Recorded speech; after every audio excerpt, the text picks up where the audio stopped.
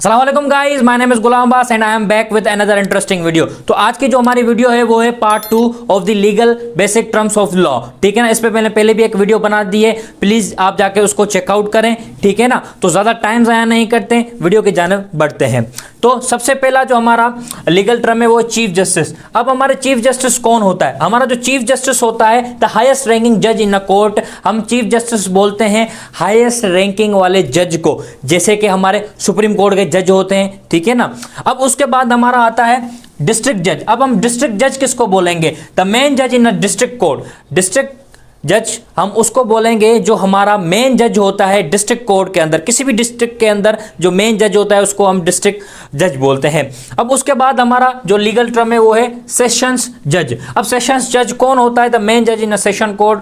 अब जो sessions court होती है उसके अंदर जो मेन जज होता है उसको हम सेशंस जज बोलते हैं। ठीक है ना, अब उसके बाद अब हमारे पास आता है अटॉर्नी जनरल कौन होते हैं? ठीक है ना, the governments top lawyer. Attorney generals वो होते हैं जो गवर्नमेंट के सबसे बड़े वकील होते हैं। ठीक है ना, जो गवर्नमेंट को रिप्रेजेंट करते हैं लीगल अफेयर्स के अंदर। ठीक है ना, अब उसके बाद सॉलिसिटर जनरल। अब सॉलिसिटर कौन होते हैं? सॉलिसिटर जनरल कौन होते हैं? The second top lawyer of the government. अब ये भी हमारे टॉप लॉयर होते हैं लेकिन सेकंड नंबर पे। जैसे हमारे अटॉर्नी जनरल होते हैं ना, जब इनका काम या वर्कलोड बढ़ ना जाए इसीलिए हमने एक और ओहदा रखा है सॉलिसिटर जनरल का, जो अटॉर्नी जनरल को जो है ना अपना असिस्ट करेगा काम के अंदर। ठीक है, अब चलते हैं दूसरे टर्म के ऊपर। अब उसके बाद है एडवोकेट जनरल। अब हमारे एडवोकेट जनरल कौन होते हैं? The top lawyer for a state और अ प्रोविंस। जैसे फेडरल गवर्नमेंट के लिए अपने अटॉर्नी जनरल होते हैं, इसी तरह हर सूबे के अंदर अपने अपने क्या होते हैं? अपने एडवोकेट जनरल होते हैं जो प्रोविंस को रिप्रेजेंट करते हैं लीगल अफेयर्स के अंदर। ठीक है, अब दूसरे टर्म के ऊपर चलते हैं। अब उसके बाद है हमारे पास जुडिशियल मैजिस्ट्रेट। अब जुडिशियल मैजिस्ट्रेट कौन होते हैं? अ जज who handles minor criminal cases in a district. किसी भी डिस्ट्रिक्ट के अंदर जो भी माइनर केसेस होते हैं उसको जुडिशियल मैजिस्ट्रेट देखते हैं या हैंडल करते हैं। ठीक है, अच्छा आपको एक बात बताता चलूं, ये जो हमारे जो टर्म्स हैं attorney general, solicitor general, advocate general, ठीक है, लॉयर, एडवोकेट, इनको मैंने पहले भी जो है ना डिटेल के अंदर समझाया हुआ है एक और वीडियो के अंदर। आप जाके उसको भी चेकआउट कर लें, फिर आके इस वीडियो को कंटिन्यू करें। अब आगे बढ़ते हैं। अब उसके बाद हमारे आते हैं जुडिशियल मैजिस्ट्रेट के बाद हमारा आता है लॉयर। अब लॉयर कौन होता है? A person who is studying in law और कंप्लीटेड लॉ डिग्री। एक बंदा जिसने लॉ पढ़ लिया हो या लॉ की डिग्री हासिल कर ली हो। लेकिन एक जो लॉयर होता है वो कभी भी अपने क्लाइंट को रिप्रेजेंट नहीं कर सकता कोर्ट के अंदर। अब उसके बाद आता है एडवोकेट। एडवोकेट कौन होते हैं? A lawyer who represent clients in a court. Lawyer वही एडवोकेट हम उसको बोलते हैं जो हमारे क्लाइंट्स को, जो अपने क्लाइंट्स को जो है ना कोर्ट के अंदर रिप्रेजेंट कर सकते हैं, जिन्होंने अपने आप को एनरोल करवा लिया होता है बार काउंसिल के अंदर। अब हर सूबे की अपनी अपनी बार काउंसिल होती है।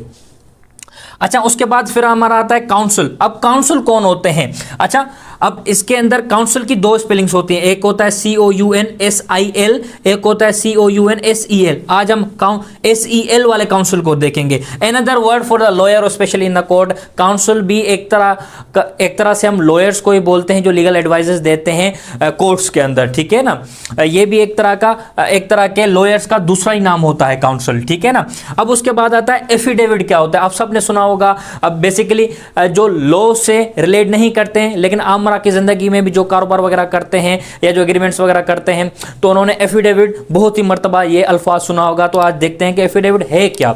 अब जो हमारा एफिडेविट होता है वो होता है a written statement confirmed by oath.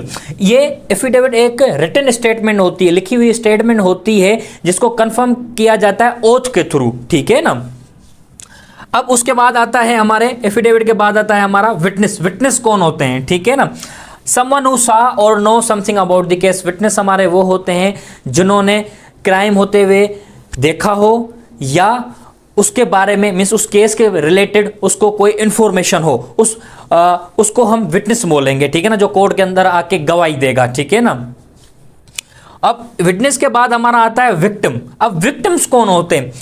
The person harmed by a crime.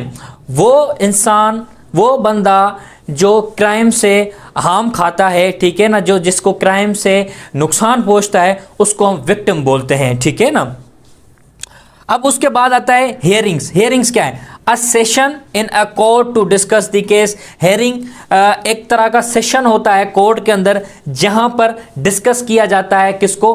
Case को डिस्कस किया जाता है, ठीक है ना, उस हियरिंग के अंदर। अब दूसरे पे चलते हैं। हियरिंग के बाद हमारा आता है चार्ज। अब चार्ज क्या है? A formal accusation of a crime. ये एक तरह की फॉर्मल एक्यूजेशन होती है किसी भी क्राइम के ऊपर या क्राइम के लिए। अब उसके बाद आता है एक्यूजेशन क्या है? A claim that someone has committed a crime. Accusation एक तरह का क्लेम होता है कि भाई किसी ने अपना जो है कोई जो क्राइम किया है, ठीक है ना, क्राइम कमिट किया है उसने, ठीक है ना, एक्यूजेशन इसको हम बोलते हैं। अब उसके बाद हमारा आता है लास्ट पे हमारा आता है टेस्टिमोनी। अब टेस्टिमोनी क्या है? A formal statement given by a witness in a court. जब कोई विटनेस कोर्ट के अंदर अपनी रिटन स्टेटमेंट लिखवाता है तो हम उसको टेस्टिमोनी कहते हैं। तो ये था हमारा लास्ट लीगल टर्म। तो इस वीडियो का आई होप आप सबको समझ में आया होगा। अगर कुछ भी समझ में नहीं आया है तो कमेंट करें, मैं इंशाल्लाह समझाने की कोशिश करूंगा। तो इस वीडियो को ज़्यादा लंबा नहीं करते हैं, इसको यहीं पर ख़त्म करते हैं। तो प्लीज़ सब्सक्राइब करें, लाइक करें, शेयर करें और बेल के आइकन को ज़रूर दबा दें। इंशाल्लाह मुलाकात होगी जल्द ही किसी और वीडियो के अंदर।